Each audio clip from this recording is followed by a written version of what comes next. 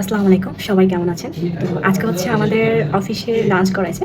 মূলত হচ্ছে আমাদের ঈদের পরে কোনো অকেশন হয়নি বা এই জন্য স্যারের ট্রিট ছিল যে স্যার বলছে সবাই হচ্ছে ঈদের ড্রেস পরে আসবা, তোমাদের আমরা লাঞ্চ করাবো। তো আমি পুরো সেজে গুজে আসছি, যদিও আমার এটা ঈদের ড্রেস না, এটা আমার এমনি নর্মাল ড্রেস ছিল বাসায়। তো যাই হোক, কিন্তু ঈদের ফিল হইতেছে না পর্যন্ত আমার দেখে। আচ্ছা, আপনারা হচ্ছে আমাকে কমেন্টস করে জানাবেন আমার ড্রেসটা কি ঈদের ড্রেসের মতো মনে হচ্ছে, অবশ্যই জানাবেন কিন্তু। আর এইটা হচ্ছে অফিসের লাঞ্চ।